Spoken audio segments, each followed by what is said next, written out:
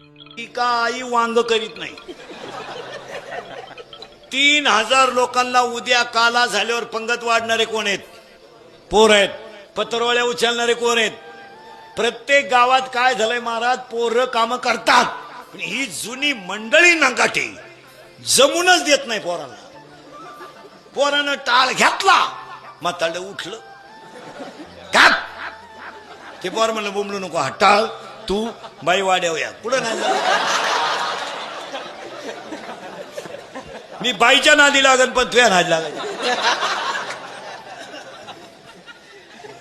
ही जुनी मंडळी लई खोडीची. नाही तर महाराज विनोद समजू नका, दिंड्यांमधलं 90% काम पोरं करतात. भांडे घासणे, भांडे भरणं, रावट्या टाकणं, रावट्या झाडणं, झोडून काढणं सगळी कामं पोरं करतात.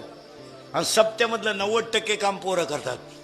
उद्या पंगत बसू द्या, शेवटच्या टोकाला बुंदी नाही, नुसती माईकवर सांगा 6 बादल्या घेऊन पाळतात पोरं. मग पोरांचं कौतुक करायला काय आलं?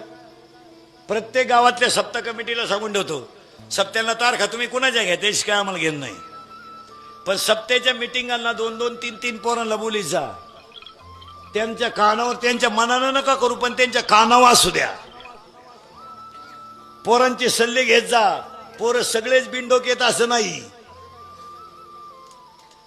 तुम्ही फार पत्रिका छापायची आहे मग पोरांना म्हणायचं पोरो मंडप ठोकायचा आहे.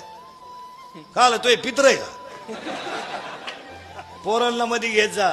आणि गावातल्या सप्ताह जत्रा या गोष्टी पोरांना जर मध्ये घेऊन केल्या कधीच तोट्यात गंमत येत नाही.